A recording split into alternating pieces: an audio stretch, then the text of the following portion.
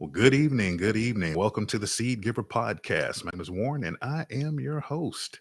Today is Friday, May 10th, 2024. It's about 6:20 in the afternoon. Took the day off today. Hadn't been feeling too well past couple of days, so took a couple of days off. Decided I'd get on. It's been a minute since I made a video, so here we are. Hey, have you guys encountered these cicadas? I'm not sure exactly how to pronounce it, but these things have overwhelmed the Belser household. I'm here to tell you. It has been crazy. They are everywhere. They're all in the trees out front. They're on my deck. They're on my front porch. They're on the walls around the house. They're on the garbage cans. They are everywhere, and they make this weird noise, man. It's like a type of humming or something, but they're it's a mating call or something. But they have freaked me and my wife completely out. We've tried everything. The last couple of things we tried was some peppermint oil. I think my wife spent $35 on a gallon jug of that stuff, and it works for a little bit, but they're 10 to 15 minutes later they're back. But we did find a thing that said something about they don't particularly like the smell of vinegar.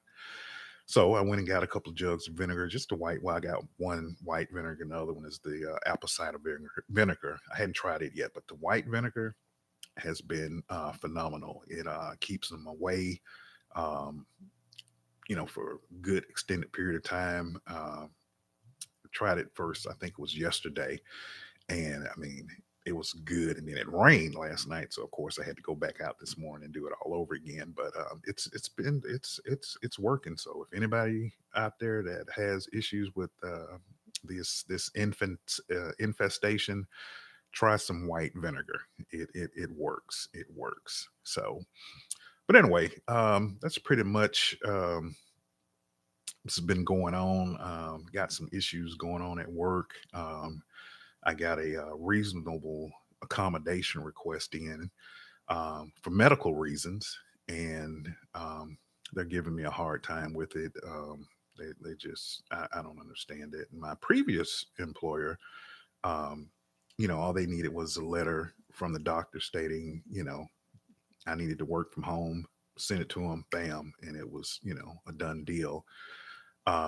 Well, until some higher ups got involved a little bit later, but that's a whole nother story. But with these guys I'm with now, man, it's crazy. It is crazy. I tell you, it's crazy, and it's very frustrating to know that as a veteran, you have made the ultimate sacrifice to put your life on your line for the for your country, your fellow Americans, and you get done this way. But that's life. You just have to deal with it, roll with the punches, and just keep it moving, keep it moving.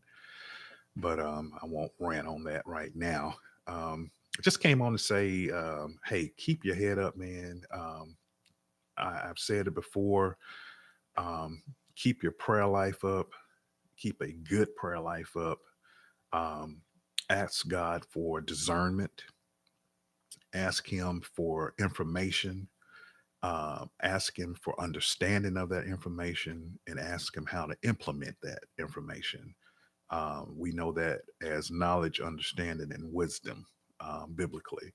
But once you get that, you tend to understand what's really going on, and it makes things a lot more bearable. I put it that way.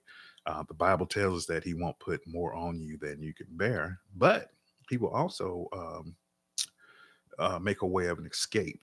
He also says too that no weapon form will prosper, which means that it's not that they won't form, but it won't prosper. And with all that, He gives you the wherewithal to withstand all these things. He doesn't put more on you that it can bear, like I mentioned earlier.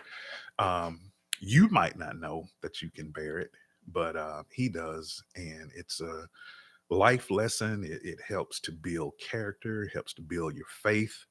Um, it's an overall thing where it just it matures you. I put it that way. It matures you to another level that allows you to take on bigger and better things. God has designed you for a certain thing in life, and we have to go through some of these things. If you look at a lot of examples, Joseph, for example, when he had the vision, or the dream, I should say, of him, people bowing down to him being in a prominent position.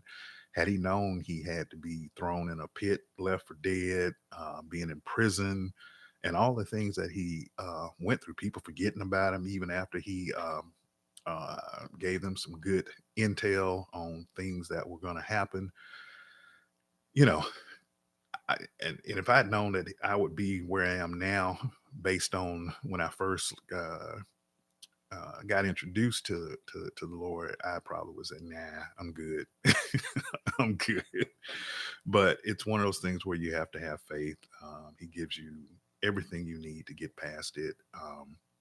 Just have to keep your eyes on Him, just like Peter in the boat, man. Uh, keep your eyes on Jesus, keep your focus on Him, listen to what He says, and you'll be successful. And I feel like I will definitely be successful. This is just another, uh, I won't even say stumbling block. It's a stepping stone onto something bigger and better and greater, working toward the end that I know the Lord Jesus had already predestined for me. So keep your head up, stay encouraged. Um, Remember, I talked about a while back about the series we were going through in church, airplane mode, like how you let certain things in. Just don't let those things in, man. Put them on airplane mode. Don't let that communication come in and interrupt you. Um, it was something else I wanted to talk to you guys about. I know it's been trending. Give me a second. I make some notes here. I have a binder where I keep some notes. Oh yeah, I forget the pastor's name. I think it's Keon or something. And you've seen it's gone viral about him telling the woman to hush while in church or what have you. And people have their different opinions on whether he should have said anything. Um, if he did say something, he could have said it a different way. I mean,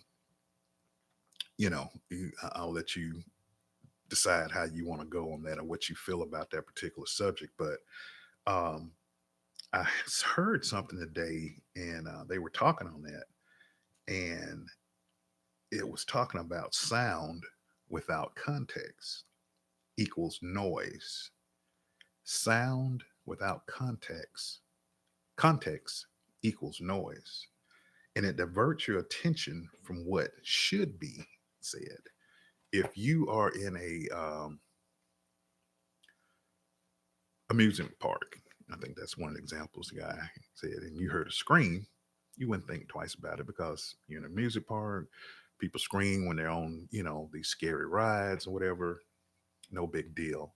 But if you're in a place of worship or you're doing play, worship, and somebody screams or whatever, and it's not in context with what's going on at that moment, it tends to divert your attention to that person as opposed to what you're there for in that service. But we won't dive too much into that. Just a little thought of sound without context. When we speak, it should have a context. It should have a purpose. It should have a meaningful. I'm tongue tied right now.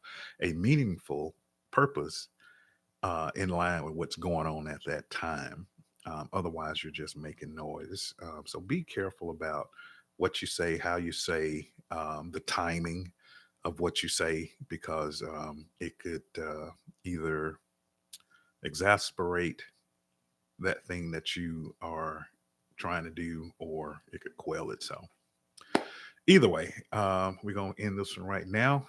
You guys have a great and wonderful rest of your Friday, and we will talk to you later.